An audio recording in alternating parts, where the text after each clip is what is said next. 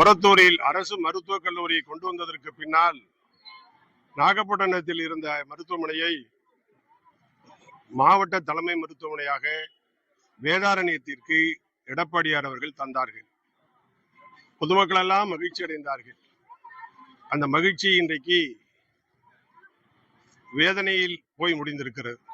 காரணம், இந்த விடியா திமுக ஆட்சியில் மருத்துவர்கள் இல்லை, செவிலியர்கள் இல்லை, டெக்னீஷியன்கள் இல்லை, மருந்தாளுநர் பார்மசிஸ்டுகள் இல்லை, தூய்மை பணியாளர்கள், தூய்மை காவலர்கள் அவர் சொல்ற மாதிரி சொன்னார், அவர்களும் இல்லை, யாருமே இல்லை.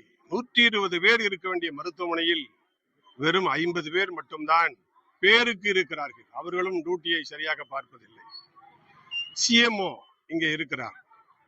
அவர் நாகப்பட்டினத்தில் வேறு வேலை அலுவல் காரணமாக இங்க வேதாரண்யம் தலைமை மாவட்ட மருத்துவமனைக்கு அறவே வருவதில்லை. இங்க இருக்கிற நோயாளிகளுக்கு அவர்கள் ரெஸ்ட் ரூம் போனால் அவர்களுக்கு தண்ணீர் வசதி இல்லை, பெட்ல இருக்கிறவங்களுக்கு குடிநீர் வசதி இல்லை. மருத்துவமனைக்கு வருகிறவர்களை நாய் விரட்டி விரட்டி கடிக்கிறது. அமரர் ஊர்தி இங்கே இல்லை. மின் விளக்குகள் இல்லாமல் இருளாக இருக்கிறது. ஆக மொத்தத்தில் எதுவுமே இல்லை, எதையும் காணவில்லை, எவரையும் காண முடியவில்லை என்று நோயாளிகள் மிகுந்த வேதனையில் தவிக்கிறார்கள். ஒரு முக்கியமான விபத்துக்கு உள்ளாகி ஒரு நோயாளி மருத்துவமனைக்கு வருகிறார். அந்த மருத்துவமனைக்கு வந்த அந்த நோயாளியை பார்ப்பதற்கு ஒரு டாக்டர் இல்லை. டாக்டரே இல்லை என்று நீங்களும் சொன்னீர்கள், பொதுமக்களும் சொன்னார்கள். மாவட்ட ஆட்சியரிடத்தில் உடனடியாக பேசினேன்.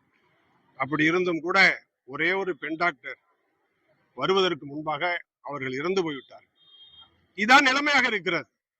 பாம்பு கடித்து ஓடி வந்தால் அவசரமாக சிகிச்சை கொடுக்க வேண்டும்.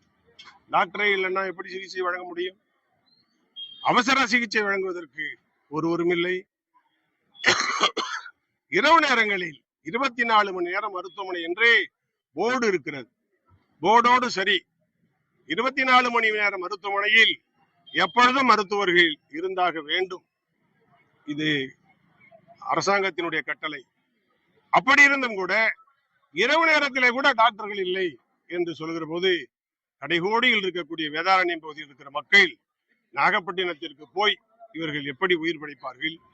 திருவாரூருக்கு போகிற வரை எப்படி அந்த அவசர சிகிச்சை பெறாமல் அவர்கள் நோயிலிருந்து விடுபடுவார்கள்? எண்ணி பாருங்கள். எதுவுமே இல்லை என்கிற அவல நிலைக்கு தள்ளப்பட்டிருக்கிற காரணத்தினாலே தான் இன்றைக்கு மழை இருக்கிற காரணம் இருந்த போதும் கூட இந்த போராட்டத்தை, இந்த ஆர்ப்பாட்டத்தை நடத்தியே தீர வேண்டும் என அனைத்து இந்திய அண்ணா திராவிட முன்னேற்ற கழகம் வேதாரண்யம் நகர கழகத்தின் சார்பில் இந்த போராட்டத்தை, ஆர்ப்பாட்டத்தை நடத்தியிருக்கிறோம்.